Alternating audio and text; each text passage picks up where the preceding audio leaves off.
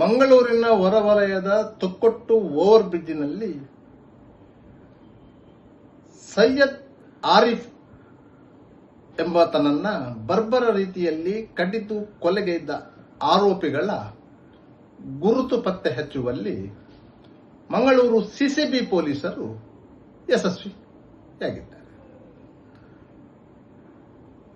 ಆರಿಫ್ ನನ್ನು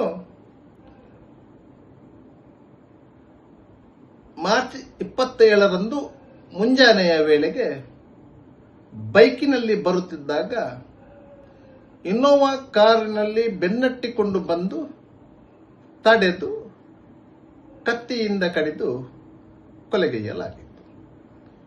ಕೊಲೆ ಮಾಡಿದ ನಂತರ ತಂಡ ಅದೇ ಕಾರಿನಲ್ಲಿ ಪಂಪ್ವೆಲ್ಗೆ ಬಂದು ಪಂಪ್ವೆಲ್ನಿಂದ ಮಂಗಳೂರು-ಬೆಂಗಳೂರು ಹೈವೇ ಮೂಲಕ ಹೋಗಿ ಬುಡೋಲಿ ಸಮೀಪಿಸಿದಾಗ ಅಲ್ಲಿ ಕಾರಿನಲ್ಲಿ ತಾಂತ್ರಿಕ ತೊಂದರೆಗಳು ಕಾಣಿಸಿಕೊಂಡಿದ್ದವು. ಆಗ ಮುಂಜಾನೆ 6 ಗಂಟೆಯ ಸಮಯ. ಕಾರು ನಿಂತಲ್ಲೇ ಮೇಲ್ಗಡೆ ಒಂದು ರಿಕ್ಷಾ ನಿಂತಿತ್ತು. ಅದು ಕಾಸಿಂ ಎಂಬವರದ್ದು. ಅವರ ಮನೆಗೆ ಹೋಗಿ ಅವರನ್ನು ಎಬ್ಬಿಸಿ ಕಾರು ಕೈಕೊಟ್ಟಿದೆ, ನಮ್ಮನ್ನು ಉಪ್ಪಿನಂಗಡಿಯವರೆಗೆ ಡ್ರಾಪ್ ಮಾಡಿ ಅಂತ ಕೇಳಿಕೊಂಡಿದ್ದರು. ಆದರೆ ಇವರು 6 ಮಂದಿ ಇದ್ದರಿಂದ ಕಾಸಿಂ ಅವರು 6 ಮಂದಿಯನ್ನು ರಿಕ್ಷಾದಲ್ಲಿ ಕರ್ಕೊಂಡು ಹೋಗ್ಲಿಕ್ಕೆ ಸಾಧ್ಯ ಆಗುವುದಿಲ್ಲ ಅಂತ ಹೇಳಿದರು. ಆ ಸಂದರ್ಭದಲ್ಲಿ ಪುನಃ ರಾಷ್ಟ್ರೀಯ ಹೆದ್ದಾರಿಗೆ ಬಂದಂತಹ ಈ 6 ಮಂದಿಯು ಮಂಗಳೂರಿನಿಂದ ಬೆಂಗಳೂರು ಕಡೆಗೆ ಹೋಗುತ್ತಿದ್ದಂತಹ ತರಕಾರಿ ಕೊಂಡೊಯ್ಯುತ್ತಿರುವ ಏಸ್ ವಾಹನದಲ್ಲಿ ಉಪ್ಪಿನಂಗಡಿಗೆ ಹೋಗಿದ್ದಾರೆ ಎನ್ನುವುದಂತೂ ಸ್ಪಷ್ಟವಾಗಿದೆ. ಮಾಣಿ ಸಮೀಪದ ಬುಡೋಳಿಯಲ್ಲಿ ಹಂತಕರು ಪ್ರಯಾಣಿಸಿದ್ದ ಕಾರು ಅನಾಥ ಸ್ಥಿತಿಯಲ್ಲಿ ನಿಂತಿದೆ. ಆ ಕಾರಿನಲ್ಲಿ ರಕ್ತದ ಕಲೆಗಳಿವೆ. ಆ ಕಾರಿನಲ್ಲಿ ಬಂದಿದ್ದಂತಹ ಹಂತಕರು ತಮ್ಮ ಕೈಗವಸುಗಳನ್ನು ಮತ್ತು ಕಾಲು ಚೀಲಗಳನ್ನು ಮತ್ತು ರಕ್ತದ ಕಲೆಗಳಿದ್ದಂತಹ ಬಟ್ಟೆಗಳನ್ನು ಅಲ್ಲೇ ಸಮೀಪದ ಮರೆಗೆ ಬಿಸಾಡಿದ್ದು. ತದನಂತರ ಅವರು ಟಾಟಾ ಎಸ್ ವಾಹನದಲ್ಲಿ ಹೋಗಿತ್ತು. ಈ ಬಗ್ಗೆ ಮಾಹಿತಿ ಪಡೆದಂತಹ ವಿಟ್ಲ ಠಾಣಾ ಇನ್ಸ್ಪೆಕ್ಟರ್ ಮತ್ತವರ ಸಿಬ್ಬಂದಿಗಳು ಸ್ಥಳಕ್ಕೆ ಬಂದು ಆ ಕಾರನ್ನು ಸೆಕ್ಯೂರ್ ಮಾಡಿ ಮಂಗಳೂರಿನಿಂದ ಬಂದಂತಹ ಸಿಸಿಬಿ ಪೊಲೀಸರ ವಶಕ್ಕೆ ಒಪ್ಪಿಸಿದ್ದಾರೆ. ಸೋಕೋ ಟೀಮ್ ಸಹ ಬಂದಿತ್ತು. ಆ ಕಾರು ಕೇರಳ ನೋಂದಣಿ ಹೊಂದಿದೆ. ಆ ನೋಂದಣಿ ಸಂಖ್ಯೆಯನ್ನು ಪರಿಶೀಲನೆ ಮಾಡಿದಾಗ ಅದು ಒಂದು ಫೇಕ್ ನಂಬರ್ ಎನ್ನುವುದು ಖಚಿತವಾಗಿದೆ. ಅಷ್ಟಕ್ಕೂ ಆರಿಫ್ನನ್ನು ಯಾಕೆ ಕೊಂದರು ಎನ್ನುವಂತಹ ವಿಚಾರದಲ್ಲಿ ಪೊಲೀಸರು ತನಿಖೆಯನ್ನು ಮುಂದುವರಿಸಿದಾಗ ಈ ಹತ್ಯೆಯು ಬಜಾಲ್ನ ತಲ್ಲತ್ ಆ್ಯಂಡ್ ಗ್ಯಾಂಗ್ ಮಾಡಿರುವ ಸಾಧ್ಯತೆಗಳು ಇದೆ ಎನ್ನುವಂತ ಸಂಶಯಗಳು ವ್ಯಕ್ತವಾಗಿದೆ. ಕೆಲವು ತಿಂಗಳ ಹಿಂದೆ ಉಪ್ಪಳದ ರೈಲ್ವೆ ಹಳಿಯಲ್ಲಿ ಕೊಲೆಗೀಡಾದಂತಹ ಸ್ಥಿತಿಯಲ್ಲಿ ಪತ್ತೆಯಾಗಿದ್ದ ನೌಫಾಲ್ನ ಸಹಚರರೇ ಈ ಕೃತ್ಯ ಮಾಡಿದ್ದಾರೆ ಎನ್ನುವ ಮಟ್ಟಿಗೆ ಪೊಲೀಸರ ತನಿಖೆ ಬಂದು ನಿಂತಿದೆ. ಆರಿಫ್ ಹತ್ಯೆಗೆ ಸಂಬಂಧಪಟ್ಟಂತೆ ಉಳ್ಳಾಲ ಪೊಲೀಸ್ ಠಾಣೆಯಲ್ಲಿ ಕೇಸು ದಾಖಲಾಗಿದೆ. ಆರಿಫ್ ಅವರ 19 ವರ್ಷದ ಮಗ ನೀಡಿದ ದೂರಿನಂತೆ ಮೊಹಮ್ಮದ್ ರಿಫಾತ್ ಆಲಿ ಮತ್ತು ಇತರರು ಈ ಕೃತ್ಯ ನಡೆಸಿದ್ದಾರೆ ಎಂದು ಕೇಸು ದಾಖಲಾಗಿದೆ. ಈ ಮೊಹಮ್ಮದ್ ರಿಫಾತ್ ಆಲಿಯ ಮೇಲೆ ಕೆಲವೇ ದಿನಗಳ ಹಿಂದೆ ಉಳ್ಳಾಲ ಪೊಲೀಸ್ ಠಾಣೆಯಲ್ಲಿ ಕ್ರೈಮ್ ನಂಬರ್ 65/26 ನ ಅಡಿಯಲ್ಲಿ ಪ್ರಕರಣ ದಾಖಲಾಗಿದೆ. ಆ ಪ್ರಕರಣದಲ್ಲಿ ಆತ ಪೊಲೀಸರ ಕೈಗೆ ಸಿಕ್ಕಿಲ್ಲ.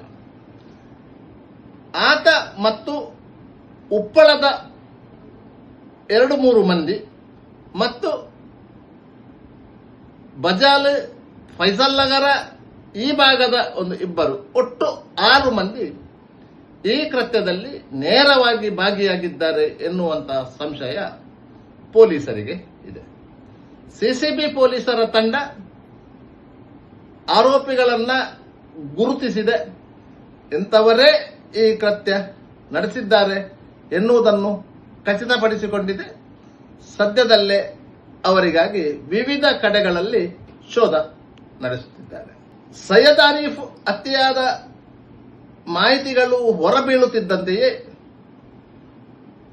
ಟೊಪ್ಪಿ ನೌಫಾಲ್ನ ಜೊತೆಗಿದ್ದವರು ಮತ್ತು ಟೊಪ್ಪಿ ನೌಫಾಲ್ನೊಂದಿಗೆ ಸಂಪರ್ಕದಲ್ಲಿದ್ದವರು ಮತ್ತು ಇಡೀ ಆ ತಂಡದಲ್ಲಿ ಇದ್ದವರದು ಎಲ್ಲರ ಮೊಬೈಲ್ಗಳು ಸ್ವಿಚ್ ಆಫ್ ಆಗಿದೆ.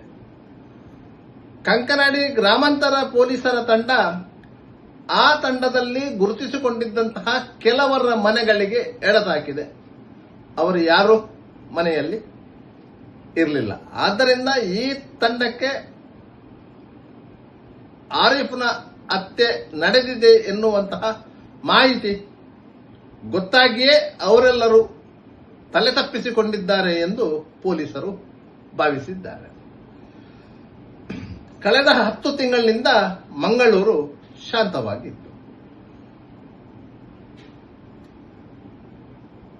ಮಂಗಳೂರು ನಗರ ಪೊಲೀಸ್ ಆಯುಕ್ತರಾಗಿ ಸುಧೀರ್ ಕುಮಾರ್ ರೆಡ್ಡಿಯವರು ಅಧಿಕಾರ ವಹಿಸಿಕೊಂಡ ನಂತರ ನಿರಂತರವಾಗಿ ಪೊಲೀಸರು ಬೇರೆ ಬೇರೆ ರೀತಿಯಲ್ಲಿ ಕಾರ್ಯಾಚರಣೆ ನಡೆಸಿದರು. ಅವರ ಮುಖ್ಯ ಕಾರ್ಯಾಚರಣೆ ಮಾದಕ ವಸ್ತು ಸಾಗಾಟದ ಬಗ್ಗೆ ಆಗಿತ್ತು. ಹಲವಾರು ಮಂದಿ ಅಪರಾಧಿಗಳನ್ನು ಬಂಧಿಸಿದ್ದಾರೆ. ಡ್ರಗ್ ಪೆಡ್ಲರ್ಗಳನ್ನು ಬಂಧಿಸಿದ್ದಾರೆ. ಪೊಲೀಸರ ಕಾನ್ಸಂಟ್ರೇಟ್ ಆ ಕಡೆಗೆ ಇತ್ತೇ ಹೊರತು ಇಲ್ಲಿ ರೌಡಿಸಂ ಚಟುವಟಿಕೆಗಳಲ್ಲಿ ನಿಯಂತ್ರಿಸುವಲ್ಲಿ ಪೊಲೀಸರು ಅಷ್ಟೊಂದು ಗಮನ ಹರಿಸಿರಲಿಲ್ಲ. ಪರಿಣಾಮವಾಗಿಯೇ ನೌಫಾಲ್ನ ತಂಡದವರು ಆತನ ಹತ್ಯೆಯಲ್ಲಿ ಸೈಯದ್ ಆರೀಫ್ ಭಾಗಿಯಾಗಿದ್ದಾನೆ, ಆತನ ಸ್ನೇಹಿತರು ಆ ಕೃತ್ಯ ಮಾಡಿದ್ದಾರೆ ಎಂದು ಭಾವಿಸಿಕೊಂಡು ಆತನನ್ನು ಕೊಲೆಗೈಯುವಲ್ಲಿ ಸಫಲರಾಗಿದ್ದಾರೆ. 2022ರಲ್ಲಿ ಕೇವಲ 7,000 ರೂಪಾಯಿಯ ತಗಾದೆಯ ಕಾರಣಕ್ಕಾಗಿ ಟೊಪ್ಪಿ ನೌಫಾಲ್ ಮತ್ತು ಆತನ ಸಹಚರರು ಸೋಮೇಶ್ವರ ಬಳಿ ದಕ್ಕೆಗೆ ಮೀನು ವ್ಯವಹಾರಕ್ಕೆಂದು ಹೋಗುತ್ತಿದ್ದಂತಹ ಸೈಯದ್ ಆರೀಫ್ನ ಮೇಲೆ ಮಾರಣಾಂತಿಕವಾಗಿ ಹಲ್ಲೆ ನಡೆಸಿತ್ತು. ನೌಫಾಲ್ನ ಭಾವನೆಂಟನೊಬ್ಬರಿಗೆ ಆರೀಫು 7,000 ರೂಪಾಯಿ ನೀಡಲಿಕ್ಕೆ ಇತ್ತು. ಈ 7,000 ರೂಪಾಯಿಯ ತಗಾದೆ ಹಿನ್ನೆಲೆಯಲ್ಲಿ ನೌಫಾಲ್ ಆರೀಫ್ರನ್ನು ದೂರವಾಣಿ ಮೂಲಕ ಸಂಪರ್ಕಿಸಿ ಹಣ ಕೊಡುವಂತೆ ತಾಕೀತು ಮಾಡಿದ್ದ. ಈ ಸಂದರ್ಭದಲ್ಲಿ ಆರೀಫ್ ಮತ್ತು ನೌಫಾಲ್ನ ಮಧ್ಯೆ ಮಾತಿನ ಚಕಮಕಿ ನಡೆದಿತ್ತು. ಇದರಿಂದಾಗಿ ನೌಫಾಲ್ ತನ್ನ ಸಹಚರನ್ನು ಕರೆದುಕೊಂಡು ಹೋಗಿ ಆರೀಫ್ನ ಮೇಲೆ ಮಾರಣಾಂತಿಕವಾಗಿ ಗಾಯಗೊಳಿಸಿದ. ಇದರಲ್ಲಿ ಆರೋಪಿಗಳನ್ನು ಉಳ್ಳಾಲ ಪೊಲೀಸರು ಬಂಧಿಸಿದ್ದರು. ಅವರೆಲ್ಲರೂ ತದನಂತರ ಜಾಮೀನಿನ ಮೇಲೆಗೆ ಬಿಡುಗಡೆಗೊಂಡಿದ್ದಾರೆ. ಈ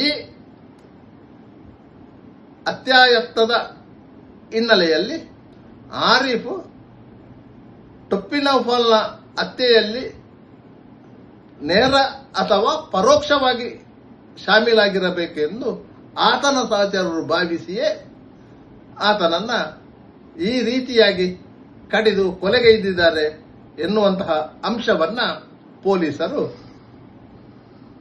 ಬಯಲಿಗೆ ಎಳೆದಿದ್ದಾರೆ. ಪೊಲೀಸರ ತನಿಖೆ ಮುಂದುವರೆದಿದೆ. ಶೀಘ್ರದಲ್ಲೇ ಆರೋಪಿಗಳು ಬಲೆಗೆ ಬೀಳುವ ನಿರೀಕ್ಷೆ ಇದೆ. ಪೊಲೀಸರು ಈಗಾಗಲೇ ಆರೋಪಿಗಳು ಯಾರು ಎನ್ನುವುದನ್ನು ಗುರುತಿಸಿದ್ದಾರೆ.